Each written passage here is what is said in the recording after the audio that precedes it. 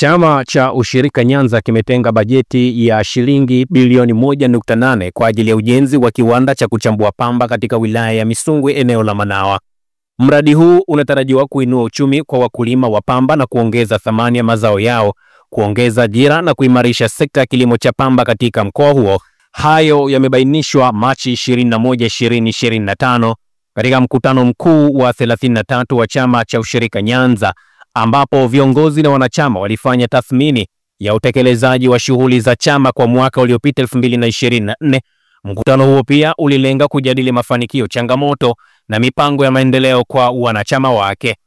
Kwa mujibu wa taarifa iliyotolewa katika mkutano huo, ujenzi wa kiwanda hicho unatekelezwa kwa kushirikiana na kampuni ya Bajaj Steel kutoka nchini India, na taratibu za awali za mradi huo tayari zimekamilika na utekelezaji wake unatarajiwa kuanza rasmi hivi karibuni. Mkutano huo umehitimishwa kwa maazimio muhimu, yakiwemo kuhakikisha mradi huo unakamilika kwa wakati na kwamba wanachama wa chama hicho wananufaika moja kwa moja na uwekezaji huu mkubwa. Taratibu zile za awali tayari tumeshazikamilisha na tumeshakubaliana malipo ya dola 700,000 kwa fedha za Kitanzania ni kama bilioni 1.8, na namna ya kulipa yale malipo kwa awamu tumeshakubaliana.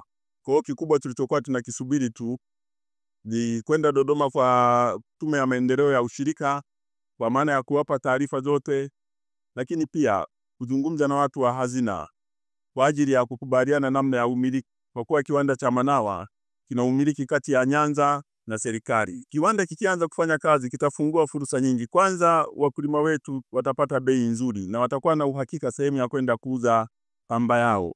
Lakini jambo jingine, AMCOS zetu zitaimarika sasa na kuanza kufanya kazi moja kwa moja na chama, ndiko ambao zilikuwa zinafanya sasa hivi kwa kutumia wale wafanyabiashara binafsi walikuwa wanatumia zile AMCOS zetu.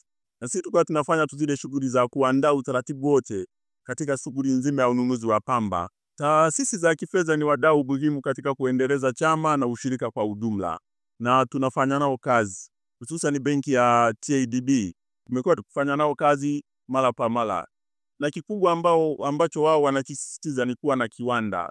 Sasa unapokuwa na kiwanda inakuwa ni rahisi zaidi hata kukopesheka, maana watakupa fedha kwa ajili ya kwenda kununua yale raw material, na kiwanda kinaweza kufanya kazi ya kuchakata kwa maana ya kuongeza thamani. Intervention tunazozifanya sisi kama TADB, cha kwanza wawezesha chama kikuu kuweza kuwapa mikopo ya kuweza kununua pamba za wakulima wao wanaotoka katika AMCOS mbalimbali. Hii inawasaidia union kuhakikishia AMCOS soko la uhakika, kwani Nyanza union ndio inayonunua pamba kwenye hizi AMCOS husika. Pili, sisi kama TADB tunafanya zoezi la kufanya value chain addition. Hivi sasa tuko kwenye mkakati wa kujenga viwanda vya kufanya oil mill, kuweza kuzalisha mafuta yanayotokana na mbegu za pamba.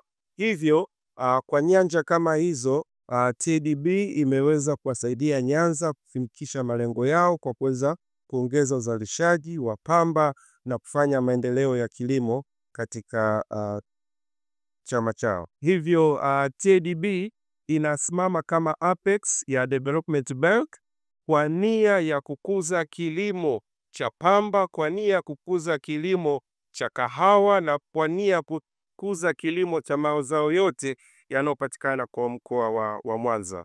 Mkutano huu wa Nyanza, kama ambavyo tunafahamu, ni chama cha ushirika kikubwa kwa historia ya Tanzania, ambacho kwa muda mrefu sana kimekuwa kikifanya kazi kwa kusuasua. Lakini kwa sasa kumekuwa na mipango madhubuti, mipango mbalimbali ambayo Nyanza wanakwenda kufanyia kazi, ikiwa ni pamoja na ufufuaji wa viwanda. Kiwanda ambacho kinakwenda kufufuliwa hivi karibuni ni kiwanda cha Manawa. Mipango hii ni kutokana na fedha zilizokuwepo kwenye chama cha Nyanza ambazo zimelimbikizwa kwa muda mrefu na mahususi zimeachiliwa kwa ajili ya kutekeleza mambo mbalimbali. Wamekwisha kutekeleza baadhi ya mambo, ikiwa ni pamoja na kulipa madeni ya serikali kama TRA, na kulipa baadhi ya mambo ambayo walikuwa wameelekezwa na taasisi yetu. Kwa muda mrefu bei ya pamba imekuwa ikicheza, inashuka inapanda, inashuka inapanda. Kwa namna fulani hii inatokana na kuuza pamba ghafi. Wakulima kwa muda mrefu wa vyama hivi wamekuwa wakilima pamba ghafi na kuiuza katika makampuni makubwa. Sasa maelekezo ya serikali ni vyama vya ushirika kujiendesha kibiashara na vyama vya ushirika kufanya uwekezaji. Moja ya uwekezaji wanaokwenda kufanya katika chama hiki ni pamoja na ufufuaji wa kiwanda kama mlivyosikia huko ndani. Kwa hiyo watafufua kiwanda ambacho kitabeba na kuchakata pamba yote iliyoko ndani ya mkoa, lakini na nje ya mkoa wa Mwanza. Lengo kubwa ni kuiongeza thamani pamba ile na kuiuza ambao pamba ikiwa imechakatwa. Tangu nimejiunga na ushirika, manufaa nilionayo ni kuwa pamoja na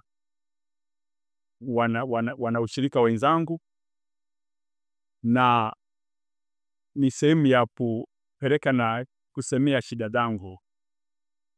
Vile vile ninapohitaji hata shughuli za kilimo naipata pembejeo kiurahisi zaidi. Labda tuletewe matrekta, tuletewe pembejeo zaidi, hasa mbolea, ili ushirika wetu turudi kama miaka ile ya nyuma tulivyokuwa tunaona wazazi wetu wanalima wanaletewa mbolea. Usisahau kusubscribe, like na kubonyeza alama ya kengele. Asante.